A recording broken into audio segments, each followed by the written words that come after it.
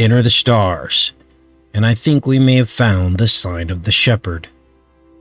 The question is, was Jesus born today on blind 11? Well, many biblical scholars have proven that this could very well be the case, that it's at least possible.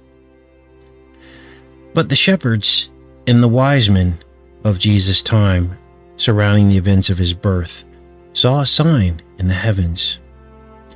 A simple star over Bethlehem alone isn't what proved Jesus was being born, because people see bright, strange stars every night. There must have been something else to this star.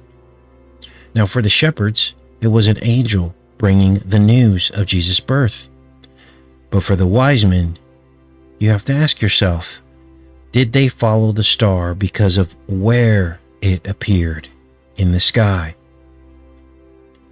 You know, it's interesting that we just decoded the series The 100 just weeks before Biden mentioned that companies over 100 employees would be required to get the potion. But more importantly, a character called the Shepherd leads mankind in the series to the brink of oblivion. Now, this is the Auriga constellation, also known since antiquity to be the Shepherd constellation.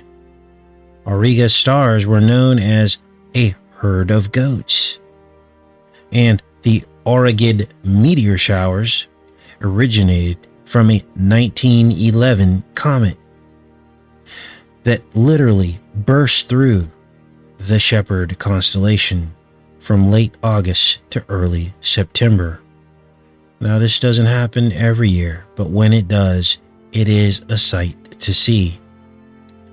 So the question becomes, were the shepherds that were abiding in the field, keeping watch over their flock by night, were these actually the Auriga constellation and stars?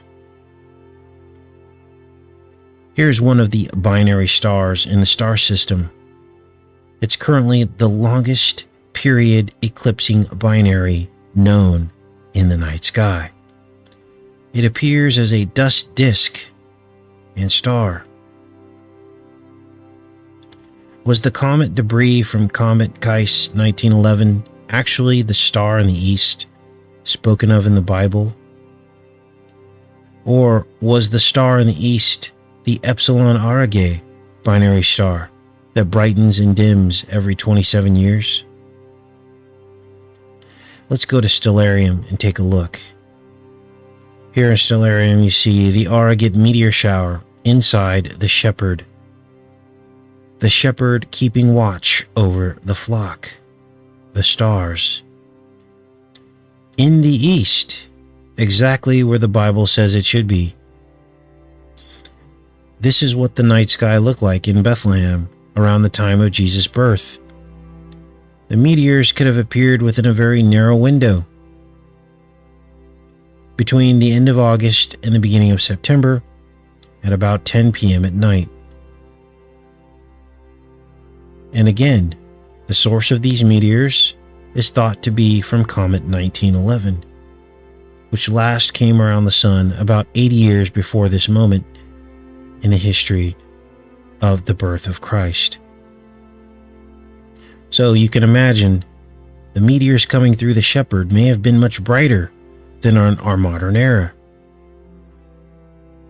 Or what if Comet 1911 is what appeared in the Shepherd constellation? Well, we weren't there, so we don't know, but it would make perfect sense, and maybe those were the signs that they saw in the sky that announced the coming of the Son of Man, Jesus Christ himself, Emmanuel, Yahushua. Now, how does all this translate into the Hebrew calendar? Well, the Aurigid meteor showers often fall on the Feast of Trumpets, which of course, according to the book of Leviticus, is a Sabbath day of rest. Jesus told us to place all of our burdens onto him. that he would be our rest. Take care, be safe, you guys.